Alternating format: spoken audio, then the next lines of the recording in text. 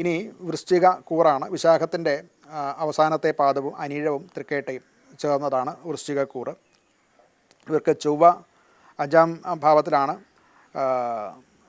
സൃഷ്ടിപരമായിട്ടുള്ള കാര്യങ്ങളിലൊക്കെ അവർക്ക് കുറച്ചുകൂടെ ഒരു ഉത്തേജനം കിട്ടുന്ന ഒരു സമയമാണ്.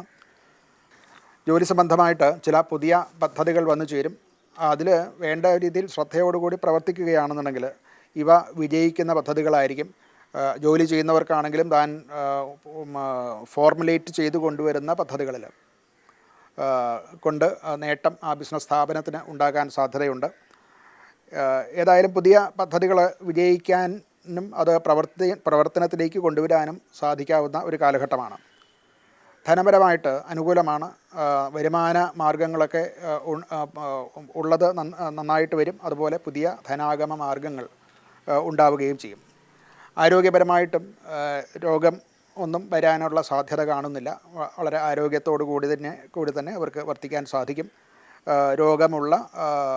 നിലവിൽ രോഗം ഉള്ളവർക്ക് അതിൽ കുറച്ച് ശമനം വരുന്നതായിട്ടും നമുക്ക് കാണാൻ സാധിക്കും. കുടുംബത്തിൽ മക്കളെ കൊണ്ട് ചില നല്ല വാർത്തകൾ കേൾക്കാനുള്ള സാധ്യതയുണ്ട്. മക്കൾക്ക് പരീക്ഷാ വിജയങ്ങൾ അഥവാ പുതിയ ജോലി മുതലായിട്ടുള്ള കാര്യങ്ങൾ കിട്ടുക, ഇങ്ങനെയൊക്കെയുള്ള പുതിയ വാർത്തകൾ, സന്തോഷകരമായിട്ടുള്ള വാർത്തകൾ കേൾക്കാൻ സാധ്യതയുള്ള കാലമാണ്. അതുകൊണ്ട് കുടുംബത്തിൽ കുറച്ച് കൂടുതൽ സന്തോഷവും സമാധാനവും ഐക്യവും ഉണ്ടാകാൻ സാധിക്കുന്നതാണ്. ഇവർക്ക് ഒരു പരിഹാരം ആയിട്ട് ഹനുമാൻ ചാലിസ ജപിക്കുന്നത് നല്ലതാണ്. ശിവക്ഷേത്ര ദർശനം നടത്തുന്നത് നല്ലതാണ്. യഥാശക്തി വഴിപാടുകളും ഒക്കെ കഴിക്കുക. പ്രത്യേകിച്ച് തിങ്കളാഴ്ച ദിവസം ശിവക്ഷേത്രത്തിൽ പ്രദക്ഷിണാദികൾ നടത്തി യഥാശക്തി വഴിപാട്, ധാര മുതലായിട്ടുള്ളവ നടത്തുന്നത് ഉത്തമമാണ്.